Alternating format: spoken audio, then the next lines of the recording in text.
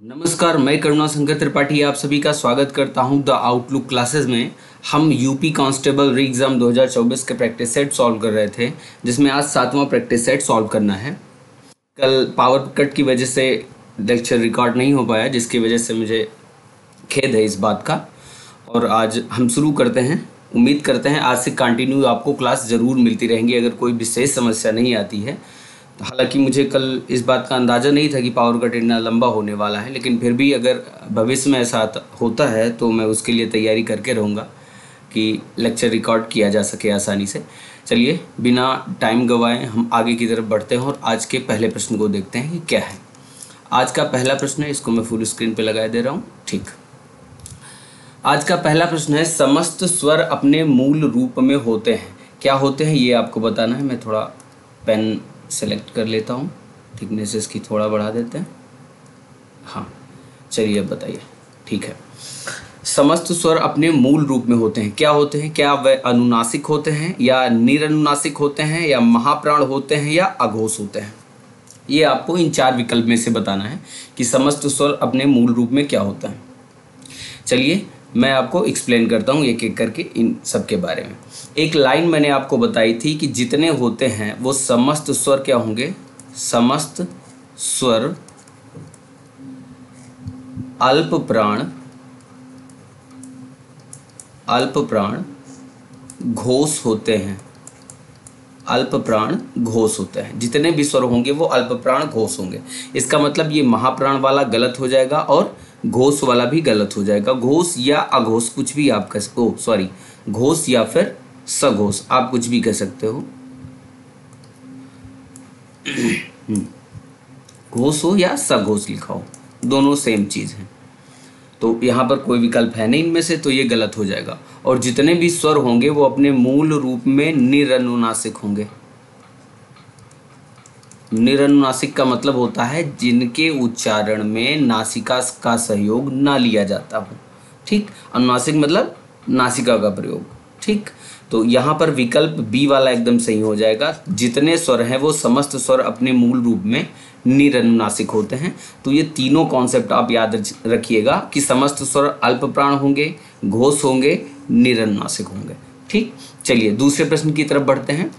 आज का दूसरा प्रश्न है, कामता प्रसाद गुरु के अनुसार विराम चिन्हों की संख्या कितनी है? विराम चिन्ह कितने हैं? क्या 20 हैं, 21 हैं, 22 हैं या फिर 23 हैं? ये आपको बताना है कि विराम चिन्ह कितने हैं। चलिए कामता प्रसाद गुरु के बारे में बता दे रहा हूँ। ये हिंदी के बहुत बड़े वैयाकरण हैं। क्या हैं? वैयाकरण। वैयाकरण शब्द आप ध्यान रखिएगा, ये जितनी बार आता है मैं आपको ध्यान दिलाता हूँ, व्याकरणाचार्य नहीं बोला जाता है। व्याकरण को जानने वाला वैयाकरण कहलाता है। ये वाक्यांश के लिए एक शब्द में भी बहुत ज़्यादा इम्पॉर्टेंट है, इसको आप ज़रूर ध्यान में रखिएगा। तो कामता प्रसाद गुरु के अनुसार विराम चिन्ह क्या होते हैं, उनकी संख्या कितनी है? 20 है। तो 2 में ए विकल्प सही हो जाएगा, 20 है कामता प्रसाद गुरु के अनुसार। चलिए निम्नलिखित में से अर्ध स्वर है, कौन सा है जो अर्ध स्वर? क्या ई या तालव्य सा, का या फिर या? इसमें से आपको बताना है कि निम्नलिखित में से कौन सा अर्ध स्वर है। चलिए ये क्या है? ई, ये स्वर है। ठीक, ये सा क्या है? ये ऊष्म व्यंजन है। ऊष्म व्यंजन, या इसे हम संघर्षी व्यंजन भी कहते हैं। तो ऊष्म या संघर्षी कोई भी विकल्प में होता तो वो सही होता। का जो है ये स्पर्श व्यंजन है। स्पर्श व्यंजन को हम वर्गीय व्यंजन भी कहते हैं, ये भी ध्यान रखिएगा। वर्गीय व्यंजन, और इनके वर्गों में बांटने का जो आधार होता है वो उच्चारण स्थान होता है। इसको भी ध्यान रखिएगा कि वर्गीय व्यंजनों के विभाजन का आधार क्या है, तो वो है उच्चारण स्थान। या जो है इसे अर्ध स्वर कहा जाता है। तो ये डी विकल्प सही हो जाएगा। अर्ध स्वर के बारे में विकल्प में या तो अंतस्थ लिखा हो, अंतस्थ व्यंजन लिखा हो, या फिर या, रा, ला, वा ये सब लिखे हों, ये अर्ध स्वर कहे जाएंगे। ठीक, कुछ कुछ किताबों में केवल या और वा लिखा हुआ मिलता है। ध्यान रखिए अंतस्थ व्यंजन सारे के सारे अर्ध स्वर की श्रेणी के अंतर्गत ही आएंगे। चलिए अगले प्रश्न की तरफ बढ़ते हैं। अगला प्रश्न है चौथा प्रश्न, व्यंजन गुच्छ किन्हें कहा जाता है?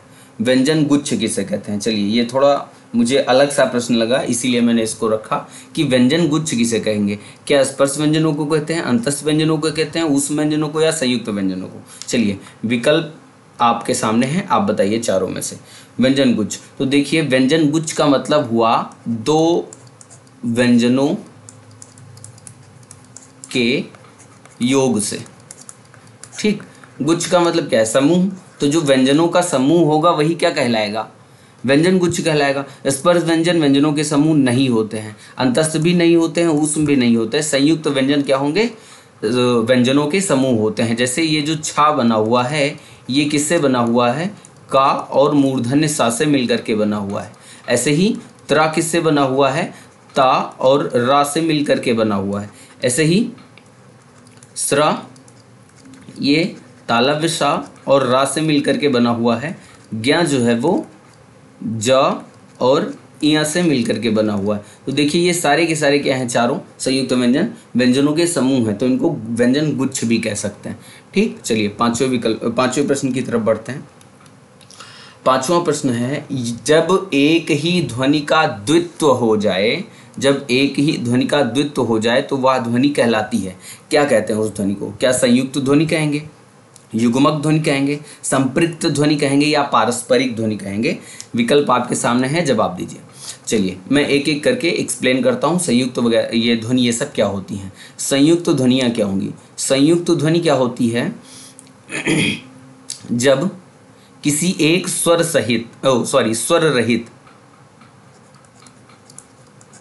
रहित ध्वनि के बाद स्वर सहित ध्वनि आए, स्वर सहित ध्वनि आए, तो वो क्या कहेगी, उसे क्या कहेंगे, संयुक्त ध्वनि कहेंगे। मतलब स्वर रहित ध्वनि आप कह सकते हो आधा, और आधा के जस्ट बाद क्या आए, पूरा आए। ठीक, तो वो क्या कहलाएगा, संयुक्त ध्वनि कहलाएगा। संपृक्त ध्वनि के बारे में थोड़ा देखते हैं। संपृक्त ध्वनि क्या होगी, संपृक्त ध्वनि होती है जब दो स्वर सहित ध्वनियों के बीच, स्वर सहित ध्वनियों के बीच एक स्वर सहित ध्वनि हो, एक स्वर सहित ध्वनि हो, तो वो क्या कहलाएगी, वो संपृक्त ध्वनि कहलाती है। मतलब इधर और इधर वो पूरा अक्षर रहे या पूरा, और बीच में आधा अक्षर रहे, तो वो क्या कहलाएगा, वो संपृक्त ध्वनि कहलाएगी। अच्छा एक चीज़ यहाँ पर नोटिस करिए, आधे के बाद जस्ट क्या है, पूरा अक्षर आ रहा है, यहाँ पर भी आधे के बाद पूरा अक्षर आ रहा है, तो इसको आप पहचानेंगे कैसे। तो जो संयुक्त ध्वनि होती हैं ये शब्दों के शुरुआत में आएंगी। जैसे ध्यान, क्या हो गया, ध्यान हो गया, या फिर क्यारी हो गया, ये सब क्या है, ये संयुक्त ध्वनि है। लेकिन ये बीच में, संपृक्त ध्वनि क्या होगी, बीच में आएगी। जैसे लिख दे कंबल, तो इधर उधर दोनों तरफ क्या है, पूरा अक्षर, बीच में आधा अक्षर आ रहा है, इधर उधर दोनों पूरे अक्षर, बीच में आधा, तो ये क्या कहलाएगी, ये संपृक्त ध्वनि कहलाएगी। युग्मक ध्वनि क्या होती है, जब एक आधा अक्षर हो, आधा, उसके बाद सेम वही अक्षर क्या हो, पूरा आ जाए, तो वो क्या कहलाएगी, युग्मक ध्वनि कहलाएगी। जैसे कल के प्रश्न में मैंने रखा था बल्ला, ये क्या है, आधा अक्षर, सेम उसके जस्ट बाद ला ही क्या है, पूरा आ गया, तो ये ऐसी ध्वनियाँ क्या कहलाएंगी, युग्मक ध्वनि, या इन्हीं को हम द्वित्व ध्वनि भी कहते हैं। तो बी वाला ऑप्शन इसमें सही हो जाएगा। डी विकल्प ऐसा पारस्परिक ध्वनि, ऐसा कोई ज़्यादा ग्रामर में विशेष ऐसा टर्म है नहीं। ठीक, चलिए तो ये तीनों इंपॉर्टेंट हैं, तीनों ध्वनियाँ, इनको ज़रूर आप ध्यान में रखें यहाँ पर। ठीक, तो इसको चलिए आगे कंटिन्यू करते हैं। ये कौन सी हो जाएगी, ये मैंने संयुक्त ध्वनि के बारे में लिखा है, ये डिटेल मैंने संपृक्त ध्वनि के बारे में लिखी है, और ये वाली डिटेल जो मैंने लिखी है नीचे वो युग्मक ध्वनि के बारे में। चलिए छठे प्रश्न की तरफ बढ़ते हैं। आज का छठा प्रश्न है, वर्णों का मौखिक रूप क्या कहलाता है। जो वर्णों का मौखिक रूप होगा वो क्या कहलाएगा, क्या वो ध्वनि कहलाता है, अक्षर कहलाता है, लिपि कहलाता है, या शब्द कहलाता है। चलिए आप बताइए इसके बारे में कि ध्वनियों का मौखिक रूप क्या कहलाता है। शब्द क्या होगा, शब्द वर्णों का सार्थक समूह होता है, सार्थक समूह। ठीक, ये शब्द कहलाएगा, तो ये वाला विकल्प तो सही नहीं है। लिपि क्या होती है? लिपि जो वर्णों की लिखने का एक तरीका होता है, ठीक, वो क्या कहलाएगी? वो लिपि कहलाएगी।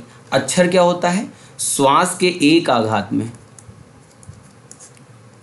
श्वास के, एक मिनट में इरेज कर दूं, थोड़ा गलत लिखा हुआ है। श्वास के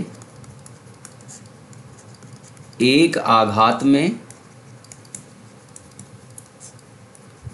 में उच्चरित या बोली जाने वाली कह सकते हो आप, ध्वनि इकाई होती है, उसको अक्षर कहेंगे। तो ये भी विकल्प नहीं होगा। जो वर्णों का मौखिक रूप होता है वो क्या कहलाएगा? ध्वनि कहलाएगा। इसके बारे में कुछ और टर्म है, वो मैं बताए दे रहा हूँ। जो ध्वनि होती है, इनको ध्यान रखिएगा, इंपॉर्टेंट पॉइंट है। ध्वनि जो होगी वो वर्णों का, या लिपि चिन्ह भी बोलते हैं, तो लिपि चिन्ह भी आप लिख सकते हो। वर्णों या लिपि चिन्हों का मौखिक रूप होती है। क्या होगी? मौखिक रूप। मतलब जैसे ये लिखा हुआ है, क्या ये क्या है? वर्ण है या लिपि चिन्ह है, और इसकी ध्वनि क्या है? का। तो जब तक का बोल रहे हैं तब तक वो ध्वनि है, और जैसे ही इसको एक लिख दिया मैंने तो ये क्या बन गया? चिन्ह बन गया, तो ये वर्ण कहलाएगा। अब देखिए, जो वर्ण होते हैं वो क्या है? वर्ण क्या कहलाएंगे फिर? तो जो वर्ण होंगे वो ध्वनियों के, आप कह सकते हो लिखित, क्या होंगे? लिखित रूप कह सकते हो, या इनका एक संकेत बन गया है तो सांकेतिक रूप भी कह सकते हैं, सांकेतिक रूप, या इन्हीं को हम प्रतीक भी कह सकते हैं, तो प्रतीकात्मक रूप, प्रतीकात्मक रूप, ठीक, होते हैं। ठीक, तो जो वर्ण होगा वो ध्वनियों का सांकेतिक या लिखित या प्रतीकात्मक रूप होता है, और ध्वनि जो होती है वो वर्णों या लिपि चिन्हों की का मौखिक रूप होते हैं। ठीक, तो इस तरीके से इंपॉर्टेंट क्वेश्चन ये भी था। चलिए 7वें प्रश्न की तरफ बढ़ते हैं। किन स्वरों का ह्रस्व नहीं होता है? ठीक, ये 2-3 तरीके से आपके सामने विकल्प मिल सकते हैं। चाहे आप यहाँ पर देखिए, सेम इन्हीं विकल्पों को मैं दूसरी तरीके से विकल्प रख रहा हूँ। जैसे इसी प्रश्न का दूसरा विकल्प बन सकता था बड़ा आ, बड़ी ई, बड़ा ऊ, ये हो गया क्योंकि ये मूल दीर्घ हैं। ऐसे ही प्लुत स्वर दे दिए मान लिया मैंने विकल्प में, तो इनकी जगह लिखा हो सकता था आ, ठीक, ई, ये सब लिखा होता। संयुक्त स्वरों, समृद्ध स्वरों का, तो समृद्ध स्वर में कौन कौन से आते हैं? छोटा ऊ, बड़ा ऊ, छोटी ई, बड़ी ई, ये सब आते हैं, इनको लिख देते। या फिर संयुक्त स्वर लिखे हुए हैं, इनको लिख देते। डी विकल्प यहाँ पर, ए, आए, ओ, औ। तो इस तरीके से भी विकल्प आपके सामने हो सकते थे इन प्रश्न के। तो अब आपको बताना है कि किन स्वरों का ह्रस्व नहीं होता है। ह्रस्व मतलब एक मात्रिक स्वर, और दीर्घ का मतलब द्विमात्रिक स्वर, और प्लुत जो होते हैं वो त्रिमात्रिक होते हैं। ठीक है, तो अब इसमें से देखना है। तो मूल दीर्घ जो होंगे उनके ह्रस्व होते हैं, जैसे ह्रस्व आ, दीर्घ आ। ह्रस्व आ ये हो गया, छोटा आ को बोलते हैं। दीर्घ आ किसको बोलेंगे? बड़ा आ को। ऐसे ही प्लुत स्वर का भी ह्रस्व होता है। ये जो अ लिखा हुआ है ये त्रिमात्रिक है, या इससे अधिक हो गया, तो क्या छोटा आ भी तो होता है ना, एक मात्रिक। ठीक है, तो इनका भी ह्रस्व होता है, यानी कि ये वाला विकल्प गलत है दोनों। सी वाले पे आते हैं, ये बड़ा ऊ वैसे लिखा हुआ है, तो ह्रस्व ऊ और दीर्घ ऊ दोनों होते हैं।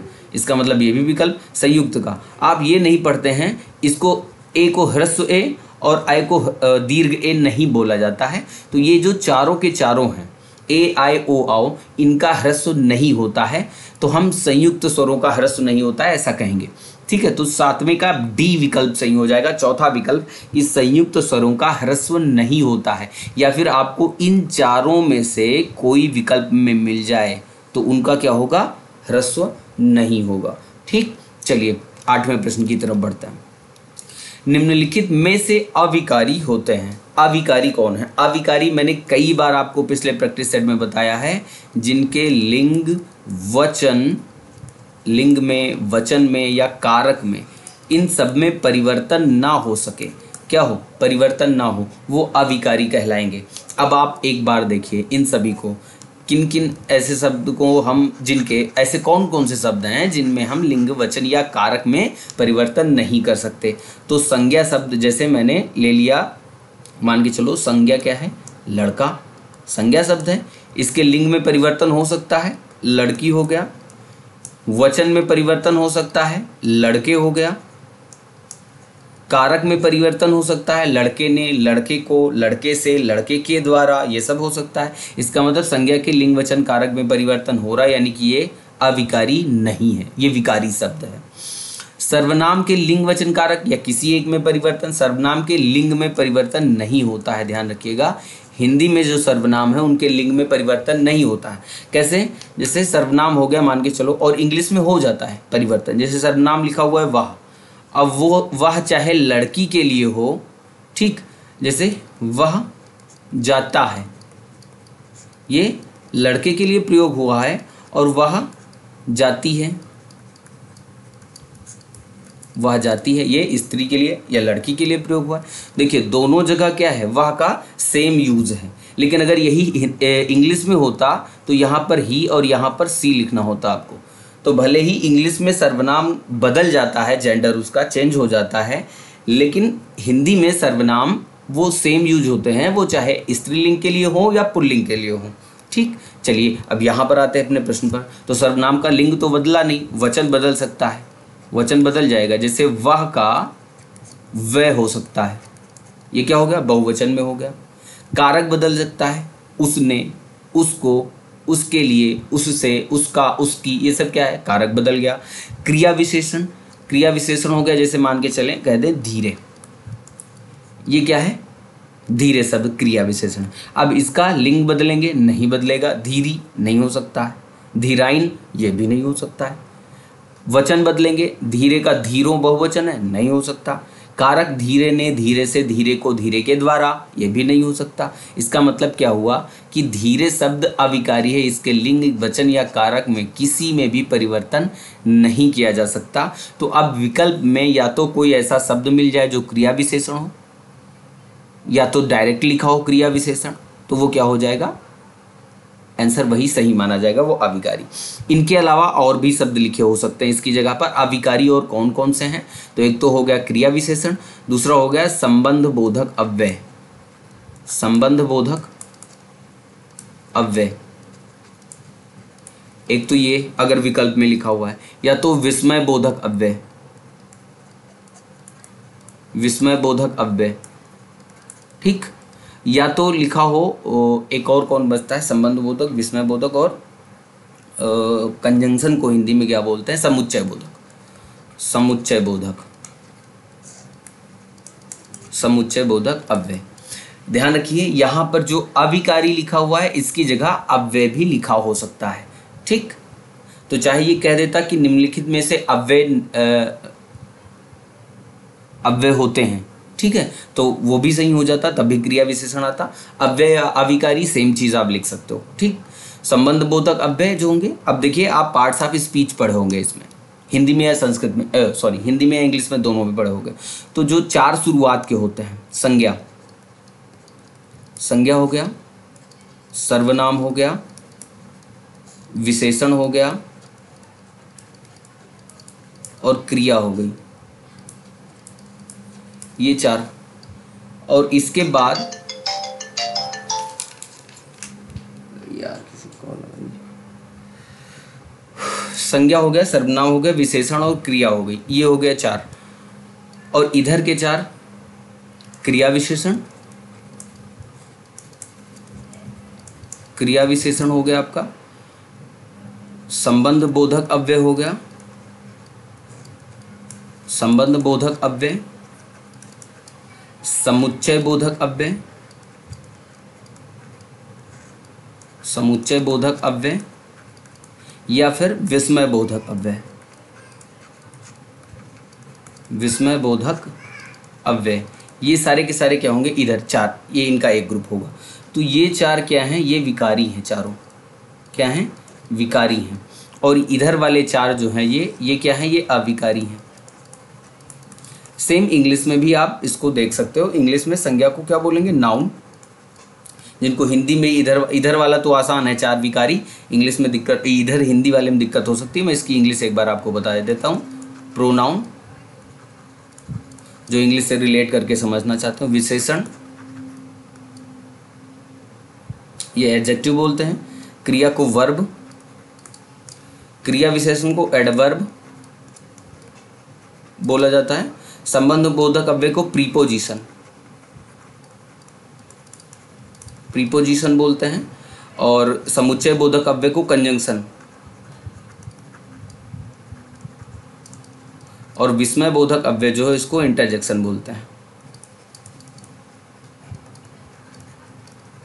ठीक, तो ये हो गया। ध्यान रखिएगा, ये विकारी 4 आपके सामने लिखे हुए हैं और 4 अविकारी लिखे हुए हैं। ठीक, चलिए आगे प्रश्न की तरफ बढ़ते हैं। चाकू, चाकू किस भाषा का शब्द है ये आपको बताना है। चाकू क्या जापानी है या चीनी है, अरबी है या तुर्की है? तो इसमें ज़्यादा दिमाग लगाने की जरूरत नहीं है, तुर्की शब्द सही होगा। 9 का सी वाला विकल्प सही हो जाएगा, तुर्की शब्द है। चलिए आगे बढ़ते हैं। दुकाल शब्द, दुकाल में कैसा उपसर्ग लगा है? कैसा, क्या हिंदी का उपसर्ग है, संस्कृत का उपसर्ग है, उर्दू का, संस्कृत का, किसका है? सॉरी, हिंदी का, उर्दू का, संस्कृत का या अरबी का? ये किस तरीके का? तो सबसे पहले तो मैं इसमें ढूंढ लेता हूँ कि उपसर्ग कौन सा है। तो दुकाल शब्द में दू उपसर्ग लगा हुआ है, और दू किस भाषा का है? ये हिंदी भाषा का उपसर्ग है। तो ए वाला ऑप्शन आपका एकदम सही हो जाएगा। चलिए 11वें प्रश्न की तरफ बढ़ते हैं। क्रियाओं के अंत में लगने वाले प्रत्यय कहलाते हैं, या क्रिया द्योतक प्रत्यय, भाव द्योतक प्रत्यय, तद्धित प्रत्यय या कृत प्रत्यय? चलिए आप इसमें से बताइए ये किस प्रकार का प्रत्यय है जो क्रियाओं के अंत में लगते हैं। चलिए तो मैं आपको बता दूं प्रत्यय के प्रकार। पहले जो मुख्य 2 प्रकार होंगे वो प्रत्यय क्या हो जाएंगे? एक तो होता है, थोड़ा मैं इसको नीचे लिखता हूं जिससे कि आपको जगह मिल जाए, समझने में आसानी होगी। यहाँ पर लिख रहा हूँ मैं। प्रत्यय जो होगा, अरे यार, प्रत्यय जो होगा वो 2 प्रकार का हो जाएगा। एक तो हो जाएगा कृत प्रत्यय और दूसरा होता है तद्धित प्रत्यय। इसको ध्यान से समझिएगा। एक बार अगर आपके दिमाग में कॉन्सेप्ट बैठ गया तो चाहे जो शब्द दे दे कि कृत प्रत्यय लगा है या तद्धित प्रत्यय लगा है, कौन सा प्रत्यय लगा हुआ है, तो आप आसानी से बता सकेंगे। ये कृत गलत लिखा हुआ है, छोटी की मात्रा नहीं होती है कृत में, कृत प्रत्यय ऐसे लिखा जाता है। ठीक, कृत प्रत्यय। कृत प्रत्यय क्रियाओं के अंत में लगते हैं, ध्यान रखिएगा। क्रियाओं के अंत में जो प्रत्यय लगा होगा वो क्या कहलाएगा? कृत प्रत्यय कहलाएगा। और जो संज्ञा या सर्वनाम के अंत में लगे होते हैं, संज्ञा सर्वनाम आदि के अंतर बाद में जो लगे होंगे वो तद्धित प्रत्यय कहलाते हैं। के अंत में जो लगे होंगे वो क्या कहलाएंगे? तद्धित प्रत्यय कहलाएंगे। ठीक, तो आप इसको ध्यान में रखिएगा। तो चलिए अब एक बार देखते हैं। इस पर मैंने आगे क्वेश्चन रखे हैं तो इसमें ज़्यादा दिमाग लगाने की जरूरत नहीं है यहाँ पर इसको, और आगे जब प्रश्न आता है तो मैं उसको वहाँ पे इससे ज़्यादा एक्सप्लेन करता हूँ। ठीक, इसके उदाहरण वहाँ पर आपको मिल जाएंगे। तो क्रियाओं के अंत में लगने वाले प्रत्यय क्या कहलाएंगे?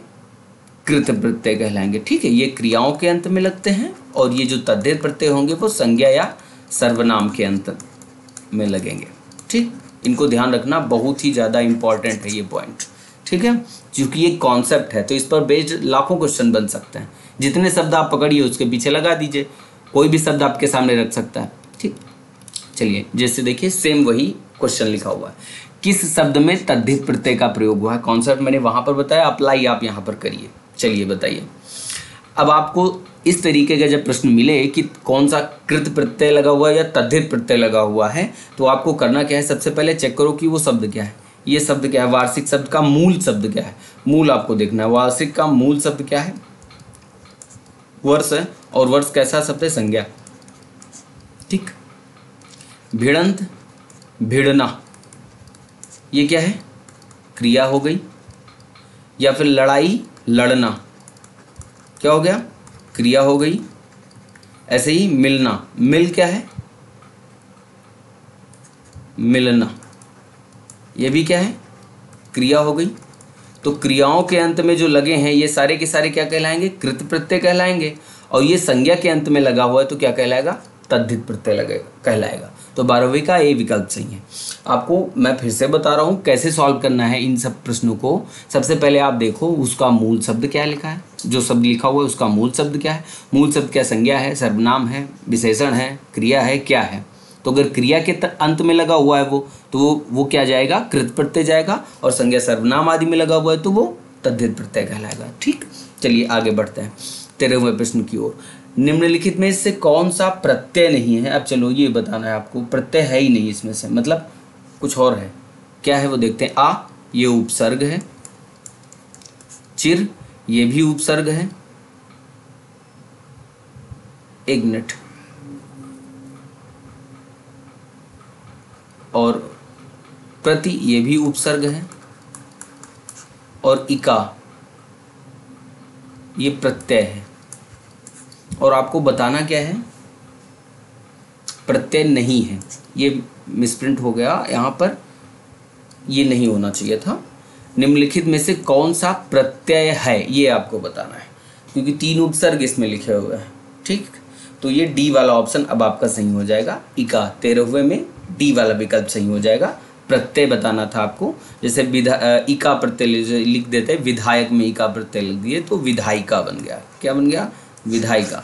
तो ये प्रत्यय लगा हुआ है, बाकी सारे तीनों के तीनों क्या हैं? उपसर्ग हैं। ये भी उपसर्ग है। उपसर्ग मतलब जो शब्द के पहले लगते हो उपसर्ग, जो बाद में लगते हो प्रत्यय कहलाते हैं। चलिए 14 नंबर प्रश्न की तरफ बढ़ते हैं। समित शब्द किस प्रकार की संज्ञा है? समित लिखा हुआ है। समित शब्द या तो यहाँ पर सुमित होता, ये थोड़ा टाइपिंग मिस्टेक है, या तो यहाँ पे सुमित होना चाहिए था। ठीक, तो हालांकि जब मैं क्वेश्चन पेपर बना रहा था तो वहाँ पर मेरा उद्देश्य था लिखने का समिति, तो आप इसको समिति मान करके चलिए कि समिति शब्द किस प्रकार की संज्ञा है, ये आपको बताना है। क्या ये जातिवाचक है, समूहवाचक है, या जातिवाचक है, या द्रव्यवाचक? ये ऑप्शन रिपीट हो गया तो मैं इसको हटा दे रहा हूँ यहाँ से। ये वाला आप विकल्प मान के चलिए नहीं है। इन 3 में से आपको बताना है। ठीक, तो जातिवाचक है, समूहवाचक है, द्रव्यवाचक है, किस प्रकार की ये संज्ञा है समिति शब्द। थोड़ा टाइपिंग मिस्टेक इसमें ज़्यादा हो गई इस वाले क्वेश्चन में 14 में। ठीक, समिति शब्द आपको बताना है। तो ये जातिवाचक, समूहवाचक या द्रव्यवाचक कौन सा है? तो समिति शब्द किस प्रकार की? समिति जो है वो समूहवाचक संज्ञा का बोध करवाता है। समिति क्या है? एक सदस्यों का समूह होता है जो किसी कार्य को संपादित करने का या उसके पर्यवेक्षण वगैरह का काम करती है या संचालन का काम करती है, तो वो क्या हो जाएगा? समिति क्या होगा? समूहवाचक संज्ञा है, क्योंकि ये एक से अधिक व्यक्तियों के समूह का बोध कराती है। ठीक, 15 नंबर प्रश्न की तरफ बढ़ते हैं। जिलाधिकारी किस प्रकार का शब्द है या किस प्रकार की संज्ञा? क्या जातिवाचक है, व्यक्तिवाचक, समूहवाचक या भाववाचक?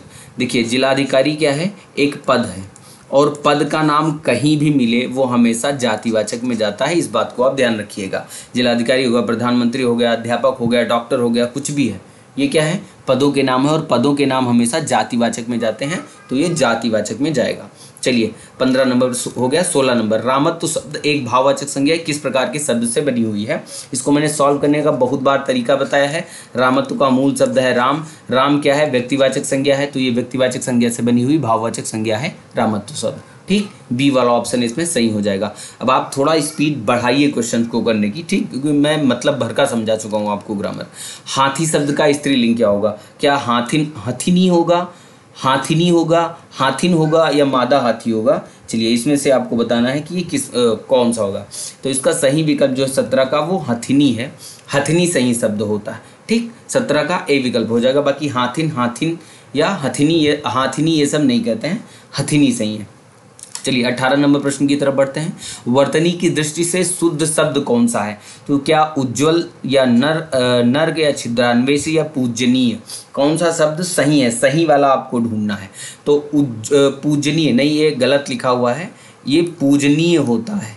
पूजनीय शब्द सही लिखा, या तो पूजनीय लिखा हो या पूज्य लिखा हो, ये दोनों सही हैं। पूजनीय गलत है। ठीक, पूज में जब पूज धातु में जब अनियर प्रत्यय लगाते हैं, अनियर प्रत्यय, तब बनता है पूजनीय। ठीक, यहाँ पर देखिए अनियर लगेगा तो पूजनीय बन जाएगा, पूजनीय बनता है ना कि पूजनीय, तो ये गलत है। अनियर प्रत्यय हो सकता है कुछ आपको समझ में ना आए, क्योंकि ये संस्कृत का प्रत्यय है, तो संस्कृत आपको इतना डिटेल में पढ़ना नहीं है यहाँ पे, छोड़िए इसको। पूज धातु में अनियर प्रत्यय लगा, इतना आप जानिए। चलिए छिद्रान्वेषी एकदम सही लिखा हुआ है, तो ये ही सही हो जाएगा। सी वाला विकल्प आपका एकदम सही है। नर्क नहीं होता है, नरक होता है। क्या होता है? नरक। ऐसे ही उज्ज्वल में जा दोनों क्या होते हैं, हलंतवाचक होते हैं या स्वर रहित हो सकते हैं, या कहते तो दोनों जा जो होते हैं वो आधे होते हैं उज्ज्वल में। ठीक, तो सी विकल्प छिद्रान्वेषी एकदम सही लिखा हुआ है। आगे बढ़ते हैं। सर्वनाम शब्दों में परिवर्तित नहीं होता। अभी मैंने आपको बताया था कारक बदल जाता है, लिंग इसका नहीं बदलता है। यह वह चाहे स्त्रीलिंग के लिए हो या वह पुल्लिंग के लिए हो, दोनों सेम रहेगा। ठीक, वो चाहे मेल के लिए हो चाहे फीमेल के लिए, दोनों में सेम रहेगा। 20 नंबर प्रश्न की तरफ बढ़ते हैं। 20वां प्रश्न कहता है आप भले तो जग भला वाक्य में प्रयुक्त शब्द किस प्रकार का सर्वनाम है, ये आपको बताना है। आप भले तो जग भला, यहाँ पर चलिए आप शब्द देखिए कहाँ कहाँ पर मिलता है, वो मैंने सारे विकल्प कोशिश करी है। आप शब्द क्या है ये बताना है। आप भले तो जग भला, आपका प्रयोग मध्यम पुरुषवाचक सर्वनाम में मिलता है। ठीक है, कैसे मिलेगा, जैसे मैं किसी से बात कर रहा हूँ, जब बात कर रहे होंगे किसी तो वहाँ पर भी आप शब्द मिल जाएगा। जैसे आप कैसे हैं, आप कौन हैं, आपको कहाँ जाना है, तो ये क्या है, मध्यम पुरुष सर्वनाम है। अन्य पुरुषवाचक सर्वनाम में भी आप शब्द का प्रयोग होता है। कैसे होगा, जैसे जब हम किसी का परिचय दे रहा हूँ तो वहाँ पर आप शब्द का प्रयोग होता है। ठीक, जैसे मैं कह दूँ महात्मा गांधी जी का जन्म 2 अक्टूबर को हुआ, आपने भारत की आज़ादी के लिए अनेक आंदोलन किए। ठीक, आपने भारत की आज़ादी के लिए अनेक आंदोलन किए। तो यहाँ आप क्या है, अन्य पुरुषवाचक सर्वनाम है। डायरेक्टली हम गांधी जी से बात नहीं कर रहे, उनके बारे में जानकारी दे रहे हैं। तो जब वक्ता किसी के बारे में जानकारी देता है, सूचना देता है, तो वो अन्य पुरुषवाचक सर्वनाम बनता है। तो यहाँ पर भी आप शब्द यूज होगा, अन्य पुरुषवाचक सर्वनाम की तरह भी यूज होता है। निश्चयवाचक सर्वनाम यहाँ पर नहीं आएगा, और ये क्या हो जाएगा, आप निजवाचक सर्वनाम में भी आप आता है। अब ये कैसे आएगा, जब कर्ता कोई स्वयं के लिए करे तो वहां पर क्या होगा, निजवाचक सर्वनाम। इस सेंटेंस में निजवाचक ही सर्वनाम। यहाँ पर अर्थ क्या है, आप भले तो जग भला, अपने लिए बताना है कि अगर मैं स्वयं, मैं अपने आप अगर ठीक हूं तो मेरे लिए संसार बढ़िया है। ठीक, तो इस तरीके से यहाँ आपका अर्थ स्वयं के लिए हुआ है प्रयोग, तो ये निजवाचक सर्वनाम, डी विकल्प इसमें सही होगा। चलिए 21 नंबर प्रश्न की तरफ बढ़ते हैं। 4 गज मलमल किस प्रकार का विशेषण है, इंपॉर्टेंट क्वेश्चन है, एग्जाम में आया हुआ। ठीक, 4 गज मलमल, ये 4 पहली बात तो फिक्स हो गया, तो निश्चित हो गया, तो निश्चित या अनिश्चित वाले दोनों विकल्प गलत हो गए। अब गज मलमल, मलमल क्या है, कपड़ा है, तो कपड़ा क्या गिन नहीं सकते, 1 कपड़ा 2 कपड़ा 3 कपड़ा।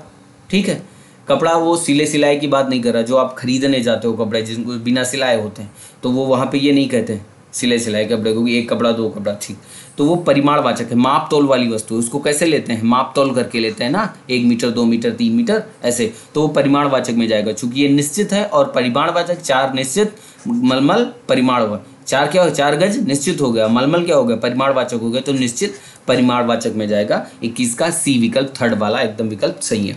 चलिए 22 नंबर प्रश्न की तरफ। वह लड़का तेज दौड़ता है, वाक्य में प्रयुक्त शब्द वह तथा तेज क्रमशः क्या है। वह शब्द ये बताना है, वह किसके लिए, संज्ञा के लिए प्रयोग हुआ है, वह लड़के के लिए प्रयोग हुआ है, और लड़के की क्या है, विशेषता बता रहा है, तो क्या होगा, विशेषण होना चाहिए। आप हो सकता है आपके दिमाग में सर्वनाम आए, सर्वनाम आ जाए, सर्वनाम यहाँ पर कोई है ही नहीं, विकल्प में आप कहीं भी देखिए सर्वनाम नहीं लिखा हुआ है। हाँ, इसको अगर सर्वनाम कहें तो निश्चयवाचक सर्वनाम हो सकता है, निश्चयवाचक सर्वनाम ये है, लेकिन ये तो विकल्प में है नहीं। और एक चीज़ मैंने पिछले प्रैक्टिस सेट में बताई है, निश्चयवाचक सर्वनाम को हम संकेतवाचक सर्वनाम भी कहते हैं, संकेतवाचक सर्वनाम भी कहते हैं। सेम वही चीज़ क्या होती है, सार्वनामिक विशेषण होती है, सार्वनामिक विशेषण होती है। विशेषण वाले चैप्टर में जब आप डिवीजन पढ़ेंगे तो वहाँ पे आपको पता चलेगा। तो एक तो क्या हो गई, विशेषण कैसे हुआ, क्योंकि यहाँ पर संज्ञा और सर्वनाम मतलब वह और लड़का ये दोनों एक ही व्यक्ति के लिए यूज हुआ है। ठीक, अगर ये वह शब्द रिप्लेस कर देता लड़के को और केवल वह तेज दौड़ता है लिखा होता तो वह सर्वनाम कहलाता। ठीक है, अन्य पुरुषवाचक सर्वनाम या सर्वनाम के भेद में जाते तो वहाँ देखते वह लड़का, दोनों एक ही चीज़ है। तो यहाँ पर क्या हो जाएगा, वह शब्द क्या हो जाएगा, पहला तो ये विशेषण हो जाएगा, तो पहला विकल्प आपका विशेषण सही है। ठीक, दूसरा तेज दौड़ता है, तो तेज दौड़ने की विशेषता और दौड़ना है क्रिया, तो दूसरा विकल्प होना चाहिए क्रिया विशेषण, क्योंकि जो क्रिया की विशेषता बताएगा वो क्रिया विशेषण। तो पहला विशेषण, दूसरा क्रिया विशेषण, बी वाला ऑप्शन सही हो जाएगा आपके लिए। ठीक, 22 में बी। 23 नंबर प्रश्न की तरफ बढ़ते हैं, देखते हैं क्या है। रोहन रोज पढ़ता है, रोहन रोज पढ़ता है। अब आपको बताना है ये रोज शब्द क्या है, रोज शब्द। चलिए रोज तो हो गया, पढ़ता की विशेषता है, तो ये एक तो हो गया क्रिया विशेषण, ये तो कन्फर्म हो गया। लेकिन क्रिया विशेषण का प्रकार दे दिया है, तो आप देखिए मैं आपको इसके प्रकार कैसे हम पहचानेंगे उसका आंसर देता हूँ। इसको मैं इरेज कर दूँ, इसी के सामने लिखे दे रहा हूँ। काल स्थानवाचक क्रिया विशेषण कैसे पहचानेंगे? जब क्रिया विशेषण में जो प्रयुक्त क्रिया है, जैसे पढ़ता क्या है, क्रिया है। अब क्रिया के साथ में कुछ प्रश्न आपको करने हैं, उनके जो उत्तर मिलेंगे वो वही हो जाएंगे। स्थानवाचक में कहाँ, जैसे कह दे कहाँ पढ़ता है, तो जो उत्तर मिलेगा वो स्थानवाचक होगा। तो यहाँ तो उत्तर मिल नहीं रहा, इसका मतलब ये क्या है, गलत है। कालवाचक, कब पढ़ता है, क्रिया के साथ कब लगाकर प्रश्न करेंगे, जो उत्तर मिलेगा वो कालवाचक हो जाएगा। कब, रोज, कब पढ़ता है, रोज, इसका उत्तर कुछ भी हो सकता है, सुबह पढ़ता है, शाम को पढ़ता है, रोज पढ़ता है, प्रतिदिन पढ़ता है, इसका मतलब ये क्या है, कालवाचक क्रिया विशेषण है। रीतिवाचक, कैसे पढ़ता है, रीतिवाचक का आंसर कैसे, तेज पढ़ता है, धीरे पढ़ता है, ये हो गया। अगर जैसे कहते हैं ना घोड़ा तेज दौड़ता है, तो तेज कैसा है, रीतिवाचक क्रिया विशेषण है। और परिमाणवाचक, कितना या कितनी, ऐसे कितना पढ़ता है, अगर यही लिखा होता रोहन बहुत पढ़ता है, तो बहुत क्या हो जाता, परिमाणवाचक क्रिया विशेषण हो जाता। तो यहाँ पर क्रिया कब, कैसे, कहाँ, कितनी, इसके जो आंसर मिलेंगे वो क्या हो जाएंगे, क्रिया विशेषण के भेद हो जाएंगे। और कौन कौन से वो उसके सामने मैंने लिख दिए हैं, तो यहाँ कालवाचक क्रिया विशेषण है। चलिए 24 नंबर प्रश्न की तरफ बढ़ते हैं। निम्नलिखित वाक्य में अप्रत्यक्ष कर्म है। अकबर ने बीरबल को तलवार भेंट की, क्या इसमें बीरबल अकबर तलवार भेंट की, इसमें से प्रत्यक्ष कर्म, सॉरी अप्रत्यक्ष कर्म आपको बताना है। अप्रत्यक्ष कर्म मैंने आपको बताया था, कर्म में अगर आपको कर्म की पहचान करनी है तो क्रिया ढूंढिए और क्रिया के साथ क्या या किसे लगाकर प्रश्न करिए, जो उत्तर मिलेगा वो क्या होगा, कर्म होगा। और क्या से जो उत्तर मिलेगा वो प्रत्यक्ष कर्म होगा, और किसे से जो उत्तर मिलेगा वो अप्रत्यक्ष कर्म होगा।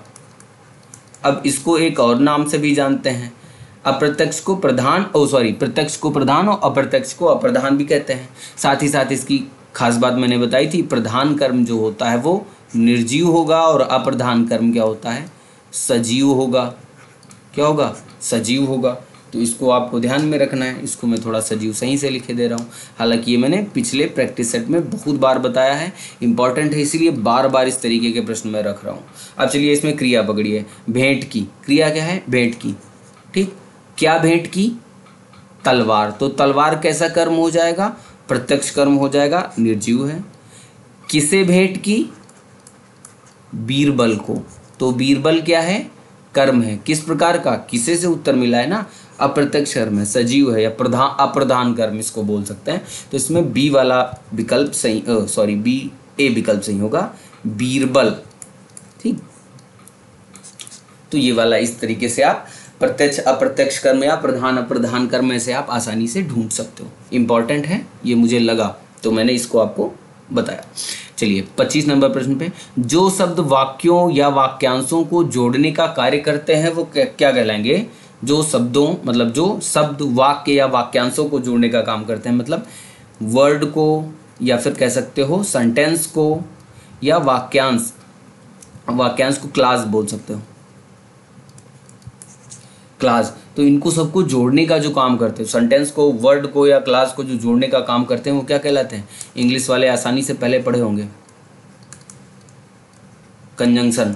तो कंजंक्शन क्या होते हैं, हिंदी में उसको बोलते हैं समुच्चय बोधक अव्यय। तो ये मुझे लगता है थोड़ा समुच्चय बोधक, संबंध बोधक, ये हिंदी में कठिन पड़ता है बहुत लोगों को पढ़ने से, इसीलिए मैं इंग्लिश टर्म इनमें यूज़ कर रहा हूँ कि आप थोड़ा इजिली उसको समझ जाएं। जैसे संबंध बोधक अव्यय क्या होता है, प्रीपोजिशन,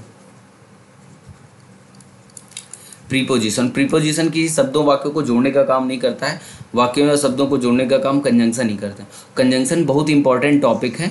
यहाँ पर आप इससे सेंटेंस के जब टाइप्स पढ़ेंगे, टाइप्स ऑफ सेंटेंसेस में आप प्राइमरी कह रहे हैं, प्रिंसिपल, जो सेंटेंस की टाइप होती है, प्रिंसिपल या क्लास वगैरह भी पढ़ते होंगे, सबऑर्डिनेट क्लास, कोऑर्डिनेट क्लास, वहाँ पर सबऑर्डिनेट कंजंक्शन, कोऑर्डिनेट कंजंक्शन ही लगते हैं, जोड़ने का काम करते हैं सर। और ये simple sentence, complex sentence, compound sentence जब आप पढ़ेंगे तो वहाँ पर भी कंजंक्शन का ही मेन काम होता है जोड़ने का। अगर आप एक बारी ढंग से कंजंक्शन पहचान गए, समुच्चय बोधक अव्यय, तो वहाँ पर बहुत ही आसान हो जाता है आपके लिए वाक्यों को पहचानना कि कौन सा वाक्य सरल है, संयुक्त है या मिश्रित, मतलब सिंपल, कॉम्प्लेक्स, कंपाउंड, ये सब सेंटेंस। ठीक, चलिए 25 नंबर हो गया। 26 नंबर प्रश्न की तरफ बढ़ते हैं।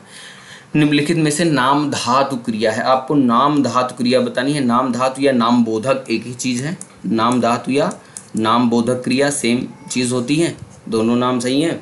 और ये होती क्या है? ये संज्ञा, सर्वनाम या विशेषण, इनसे सबसे बनी होती हैं। या क्या होंगी? विशेषण। इनसे सबसे जो बनी होती है वो नाम धातु या नाम बोधक क्रियाएं कहलाती हैं। अच्छा, आपको पहचानना है कौन सी नहीं है, मतलब 3 है, एक कोई नहीं है। चलिए बताते हैं। बतियाना, अब इसको हम करेंगे कैसे सॉल्व? मूल शब्द इसका आप पकड़ेंगे। बतियाना का मूल शब्द क्या है? बात क्या है? भाववाचक संज्ञा नहीं होगा। ठीक, इसका मतलब ये विकल्प गई। भिनभिनाना, ये क्या है? भिन्न भिन्न, और भिन्न भिन्न होती है आवाज़। और आवाज़ क्या है? आवाज़ से बनी क्रियाएं अनुकरणात्मक क्रियाएं कहलाती हैं। तो ये यही सही होगा। भिनभिनाना क्या है? अनुकरणात्मक क्रिया है। गर्माना मूल शब्द क्या है इसका? गर्म, गर्म मूल शब्द है। और गर्म क्या है? विशेषण है, तो ये भी गलत हो गया, विशेषण से बनी क्रिया है। शर्माना, शर्म, ये भी क्या है? नहीं होगा। ठीक, तो ये सब क्या हो जाएंगी? बाकी बी के अलावा ए, सी और डी ये तीनों नाम धातु या नाम बोधक क्रियाएं हैं। जो बी है भिनभिनाना, ये अनुकरणात्मक क्रिया है। अनुकरणात्मक क्रियाएं होती क्या हैं? पिछली क्लास में मैं आपको बता चुका हूं। ऐसी क्रियाएं जो किसी मूल अथवा काल्पनिक ध्वनि का अनुकरण करके बनी होती है। जैसे भिन भिन क्या है? भिन्न भिन्न की आवाज़ होती है। जैसे मच्छर क्या है? भिनभिना रहे हैं, तो भिनभिनाना क्रिया हो गई, लेकिन भिन भिन क्या है? आवाज़ हो गई, तो ये आवाज़ से बनी है। जैसे खटखटाना, थरथराना, ये सब। चलिए आगे बढ़ते हैं। अगला प्रश्न आपके सामने 27 नंबर। निम्नलिखित में से एक कर्मक क्रिया है। एक कर्मक क्रिया हम कैसे पहचानेंगे? क्रिया प्लस क्या, किसे, उत्तर करना, प्रश्न करना है आपको। अगर एक से उत्तर मिला है तो एक कर्मक, दोनों से मिल रहे हैं तो द्विकर्मक। यहाँ पर चूंकि कर्म इनके साथ लगा नहीं है तो आप एक अनुमानित उत्तर ले सकते हैं। ठीक, तो लिखवाना, तो लिखवाना क्रिया, क्या लिखवाया? निबंध लिखवाया। किससे लिखवाया? छात्रों से। इसका मतलब इसके दोनों उत्तर मिल रहे हैं, यानी कि ये एक कर्मक नहीं है, द्विकर्मक है। खिलाना, क्या खिलाया? भोजन। किसे खिलाया? बच्चे को। दोनों उत्तर मिल रहे हैं, ये भी गलत। उड़ाना, क्या उड़ाया? पतंग। किसे उड़ाया? इसका उत्तर नहीं मिला, यानी कि ये क्या है? ये एक कर्मक है और एक कर्मक ही आपको ढूंढना था। क्या पढ़ाया? पढ़ाया क्रिया विधि। क्या पढ़ाया? हिंदी पढ़ाया। किसको पढ़ाया? छात्रों को। दोनों क्या हो? उत्तर मिल गए, यानी कि ये भी क्या है? द्विकर्मक क्रिया है। तो इस तरीके से आप द्विकर्मक और एक कर्मक क्रिया आप पहचान सकते हो। ठीक, चलिए 28 नंबर प्रश्न की तरफ बढ़ते हैं। 28 नंबर प्रश्न कहता है, निम्नलिखित में से कौन सा संधि युक्त शब्द अन्य 3 से भिन्न है? तो आपको देखना है, मतलब एक में कोई अलग संधि है, बाकी 3 में समान। तो सदाकार, सदाशय, सेवार्थ, सदात्मा, ये क्या है? अब इसको आपको बताना है इसमें से कौन सा सही होगा। तो इसमें सेवार्थ में क्या है? स्वर संधि है, सेवा प्लस अर्थ, सेवार्थ। ऐसे ही बाकी सब में व्यंजन संधि है। क्या है? इसमें भी व्यंजन है, इसमें भी व्यंजन है। सद प्लस आशय सदाशय हो जाएगा, सद प्लस आकार सदाकार हो जाएगा, ऐसे सद प्लस आत्मा सदात्मा हो जाएगा। यहाँ पर भी व्यंजन संधि है, तो आपको यही ढूंढना था, भिन्न वाली ढूंढनी, अलग है। तो ये कौन सी? सेवार्थ हो जाएगी। सी वाला विकल्प 28 में आपका सही हो जाएगा। चलिए 29 नंबर पर, निम्नलिखित में से कौन सा संधियुक्त शब्द अन्य 3 से भिन्न है? सेम, फिर वही आ गया। ये मेरा प्रश्न रखने का उद्देश्य ये था कि आप लगभग यहाँ पर अब 8 आपके सामने 4-4 करके 8 विकल्प आ गए। 8 विकल्प में संधि भी आप पहचान सकते हो। ठीक है, तो ज़्यादा से ज़्यादा शब्द मैं जितने आपको प्रोवाइड कर सकूँ, मेरी उतनी ही कोशिश होती है उसी टाइप के प्रश्न बताने की। चलिए एक अलग आपको बताना है। ऋग प्लस ऋग्वेद है, सर्वेश्वर है, गंगेश है, यथेष्ट है। इसमें से कौन कौन सी संधि है? तो चलिए ऋग प्लस वेद होता है। क्या होता है? ऋग प्लस वेद, तो ये क्या बन जाएगा? ऋग्वेद हो जाएगा। आप व्यंजन में एक संधि, कौन सी संधि हो जाएगी यहाँ पर? व्यंजन संधि। व्यंजन संधि में पहला ही नियम आप पढ़ते हैं, पहले वर्ण का तीसरे वर्ण में परिवर्तन। तो इसमें का परिवर्तन गा में हो जाता है और ऋग्वेद बन जाता है। तो यहाँ पर हो गई व्यंजन संधि। सर्वेश्वर, सर्व प्लस ईश्वर, तो यहाँ पर गुण संधि हो गई। गंगेश, गंगा प्लस ईश, यहाँ पर भी गुण संधि हो गई। यथेष्ट, यथा प्लस ईस्ट, यहाँ पर भी क्या हो जाएगी, यहाँ पर भी गुण संधि हो जाएगी। ठीक, सर्वेश्वर में क्या लिखते हैं, सर्व प्लस ईश्वर, सर्व प्लस ईश्वर हो जाएगा। तो यहाँ पर छोटा आ आया और यहाँ पर बड़ी ई आई, तो इस तरीके से जो गुण संधि बनी वो, और इससे क्या बन गया, ए, गुण संधि हो गया। गुण संधि में बनता क्या है, ए बनता है, ओ बनता है, अर बनता है, ये होते हैं तीनों। ऐसे ही गंगेश में गंगा प्लस ईस्ट, यथेष्ट में यथा प्लस ईस्ट होता है, ये ध्यान रखिएगा, ईस्ट नहीं होगा। ठीक, गंगा प्लस ईस हो जाएगा, बड़ी ई लगेगा तीसरे वाले में। तो कौन सा आपका सही निकल के आया, अन्य भिन्न पूछ रहा था, यही क्या है, यही वाला भिन्न है। इसमें व्यंजन संधि है, बाकी सब में क्या है, स्वर संधि, या हम कह सकते हो बाकी सब में गुण संधि है। ठीक है, 30 नंबर प्रश्न की तरफ बढ़ते हैं। विलोम की दृष्टि से कौन सा युग्म अनुचित है, ये आपको बताना है। विलोम की दृष्टि से कौन सा अनुचित है। ऐच्छिक का अनिवार्य, ऐच्छिक का क्या होगा, अनिवार्य होगा, और नस्वर का चिरंतन, अवनिका सवनी, और कृतज्ञ का कृतघ्न, ये आपको बताना है। चलिए, इसमें से आपको बताना है कौन सा इसमें गलत है। तो ऐच्छिक का अनिवार्य, हाँ ये एकदम सही लिखा हुआ है। नस्वर का चिरंतन, ये भी सही लिखा है। अवनिका सवन, ये गलत होता है। और कृतज्ञ का कृतघ्न, हाँ कृतज्ञ, ये भी सही लिखा हुआ। तो 30 वाले आंसर में कौन सा हो जाएगा, सी वाला विकल्प गलत है, मतलब अवनिका सवन नहीं होता है। ठीक, ऐच्छिक का अनिवार्य, नस्वर का चिरंतन, अवन का हाँ गलत है, कृतज्ञ का कृतज्ञ, बाकी सही है, सारे तीनों सही है। ये इंपॉर्टेंट है, आप इसको याद रखिएगा। चलिए 31 नंबर प्रश्न की तरफ बढ़ते हैं। 31 नंबर प्रश्न कहता है, कृष्णा किसका पर्यायवाची शब्द है, क्या श्री कृष्ण का है, द्रौपदी का है, यशोदा का, या रुक्मणी का। तो ये डायरेक्ट ज़्यादा इसमें दिमाग नहीं लगाना है, ये रटने वाला क्वेश्चन है। द्रौपदी का पर्यायवाची होता है कृष्णा। ठीक, चलिए 32 नंबर प्रश्न की तरफ बढ़ते हैं। सावन हरे न बादो सूखे, मुहावरे का अर्थ क्या है, आपको इसको बताना है। तो डायरेक्ट कोई अगर लिखा हुआ है तो वो होता नहीं, कतई सबको इज्जत देना, ये भी नहीं है, सबके लिए बराबर, ये भी नहीं है, सदा एक समान, हाँ ये वाला सही है। 32 में डी विकल्प, सावन हरे न बादो सूखे का मतलब सभी सदा एक समान, हमेशा एक जैसे रहते हैं। ठीक ना, मतलब ये नहीं कि हाँ उनके बिहेवियर में आपको हमेशा बदलाव मिले, सब जैसे होता है ना। कुछ आदमी आप देखे होंगे एकदम हमेशा उखड़े हुए लगेंगे, उनसे आप डायरेक्ट बोलोगे तो वो एकदम बिगड़े हुए, हमेशा उनका मिजाज बेकार सा रहता है, तो वो। या तो हम कह सकते हैं कुछ ऐसे आदमी देखे होंगे आपने जीवन में अपने, जो हमेशा खुशी रहते हैं, चाहे उनके ऊपर दुख हो चाहे खुशी हो, सब एक समान, कोई विशेष उसमें अंतर नहीं मिलता है, तो क्या हो जाएगा, सदा एक समान, सावन हरे न बादो सूखे। चलिए 33 नंबर प्रश्न की तरफ बढ़ते हैं। मुहावरे और लोकोक्तियों के अर्थ के कौन सा युग्म गलत है, ये आपको बताना है, कौन सा गलत लिखा हुआ है। 33 नंबर प्रश्न, तो इसमें है, लश्कर में ऊंट बदनाम, दोष किसी का पर नाम किसी का, ये एकदम सही लिखा हुआ है। ठीक है, लश्कर में ऊंट बदनाम, गलत वाला ढूंढना है ना, हाँ गलत युग्म ढूंढना है। लश्कर में ऊंट बदनाम, तो ये इसका मतलब यही होता है, दोष किसी का पर नाम किसी और का। तलवार की धार पर चलना, बहुत कोशिश करना, नहीं यही गलत है, बहुत कोशिश करना नहीं होता है, इसका मतलब होता है कठिन कार्य करना, कठिन कार्य करना ये होता है इसका मतलब। ठीक, तो यही वाला विकल्प हो जाएगा सही, बाकी तो सही होंगे ही। बैल न कूदे, कूदे तंगी, स्वामी के बल पर सेवक का साहस, ये भी सही है। 3 लोग से मथुरा न्यारी, सबसे निराला, ये भी सही है। ठीक, तो इसमें ये गलत है, तलवार की धार पर चलना, इसका मतलब कठिन कार्य करना होता है। इंपॉर्टेंट है, आप इसको ध्यान में रखिएगा। स्क्रीनशॉट अगर आपको लेना है तो मैं इसको थोड़ा क्लियर लिखे दे रहा हूँ। इसका मतलब क्या होता है, कठिन कार्य करना। ये मैं इसको काटे दे रहा हूँ और इसका मतलब लिखे दे रहा हूँ, कठिन